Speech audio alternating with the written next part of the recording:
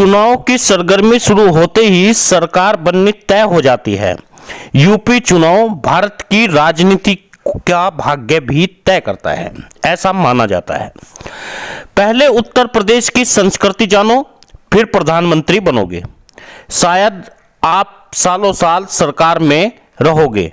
प्रधानमंत्री पद पर बने रहने के लिए वहीं से आपको शुभ कार्य शुरू करना होगा, चाहे वह नरेंद्र मोदी हो या कोई अन्य प्रधानमंत्री।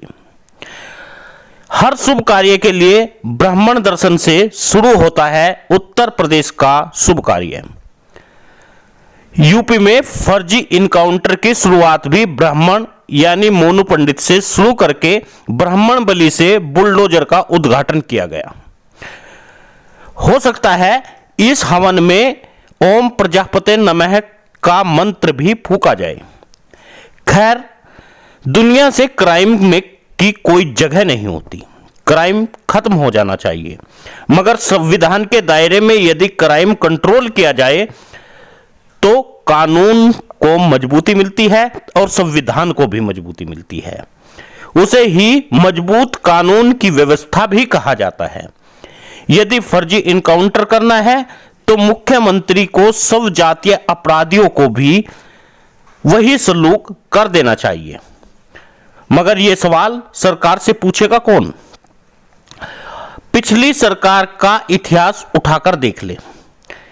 जिला शामली की थाना भवन सीट से गन्ना मंत्री सुरेश राणा चुनाव हार गए, मगर उन्हें राजनीतिक लाभ दिया जाना लगभग तय है। मगर कोई प्रजापति, कश्यप या अन्य समकक्ष जाति का व्यक्ति, चाहे वह योग्य हो, शिक्षित हो, उसे कैबिनेट में जगह नहीं दी जाती। वर्षों से यही होता आ रहा है। देश की राजनीति में 5% लोगों का दवा का काम करता है और वह लगातार हारने के बाद भी कुर्सियों पर बैठे रहते हैं, चिपके रहते हैं। अति पिछड़ा वर्ग मानसिक रूप से राजनीति के आखिरी छोर को शायद पकड़ नहीं पाता। यदि मैं बात जाट लैंड की करूं, आपको पूरी राजनीति को समझ लेना जरूरी है। उत्तर प्रदेश में सबसे ज्यादा विधायक जाट समाज के बन गए, यानी जाट समाज के लगभग 14 विधायक बन गए, जो 10 भारतीय जनता पार्टी से और 4 लोक दल से। इसका मुख्य कारण था जाट समाज सरकार के विपक्ष में खड़ा हुआ दिखाई दिया। भाजपा सरकार के हाथ पैर फूल गए। भाजपा ने बागपत, मुजफ्फरनगर, शामली की तमाम सीटों पर जाट प्रत्याशियों को उतार दिया, हाथ जोड़े अलग से। मुझे लगता है आज हमें अलग अलग जातियों का जिक्र करना चाहिए। गुज्जर समाज के 5 विधायक बने, हालांकि गुज्जर संख्या में जाट से ज्यादा थे। वहीं पर पश्चिम में सैनी समाज की राजनीति का सूपड़ा साफ हो गया। पहले खासी संख्या में भागीदारी थी। वहीं पर प्रजापति समाज ने अब की बार अपने विधायकों को दोगुने कर लिया। मगर प्रदेश में हर कोने में रहने वाले यह समाज का भी एक ऐसा कमाल था, हिंदुत्ववादी की राजनीति का लो में लगातार जलकर सैनी, प्रजापति, कश्यप, गडरिया, मौर्य, कुशवाहा जलकर जैसे खाक हो गए। खास तौर पर सैनी समाज ने शायद बहुत कुछ खो दिया। उन 5% लोगों ने जो हिंदुत्व का पहाड़ा अपने राज को बचाने के लिए लगे हुए थे, उन सभी के बहकावे में लगातार ये समाज आते चले गए।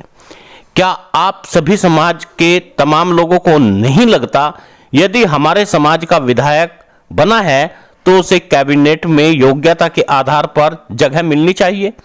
2024 के लोकसभा चुनाव आ रहा है। हर प्रदेश में सांसद, प्रजापति या ऐसी बिरादरी जो राज्य में निवास करती है उसे मिलना चाहिए। यदि समाज के दल चुनाव लड़ते, अब की बार बड़ा खेल का उलटपलट हो जाता, क्योंकि अब की बार सपा व बीजेपी की टक्कर इतनी जबरदस्त थी। यदि आप अपना प्रत्याशी उतार देते तो कई प्रत्याशी विधायक बनने से महरूम रह जाते। अब चौंकिए मत, लोकसभा 2000 चुनाव में भी ऐसा ही कुछ मुकाबला होने जा रहा है। सभी छोटे दल मिलकर अपनी उपस्थिति यदि दर्ज करा दे, शायद आप में वोट हारने और जिताने में सहायक है, में मत आपको मिल जाए। और राजनीति में हमेशा वही आगे आता है जो खेल को बिगाड़ने में सहायक होता है। सपा ने अच्छी खासी रणनीति अपनाई, मगर एक चूक कर गए। यदि किसी प्रजापति, कश्यप, विश्वकर्मा को निर्दलीय उतार देते, शायद आज 111 सीटें समाजवादी की बढ़ सकती थी। दोस्तों, राजनीति की बिसात पर मोहरे आपको पीटने के लिए बिछाई जाती है, तो दूसरे के खेमे में यदि जितना आप सेधमारी कर लोगे, उतना ही आपको लाभ हो सकता है। आप सभी मित्रों से निवेदन है, आप वीडियो को शेयर जरूर करिएगा, एक लाइक भी जरूर करिए। लाल रंग से लिखा है सब्सक्राइब, उस पर उंगली लगा करके काला कर दीजिए। बराबर में घंटी का निशान है, उसे भी आप दबा दीजिए। आपको इससे फायदा यह होने वाला है कि हर वीडियो आपके पास खुद ब खुद आ जाएगी।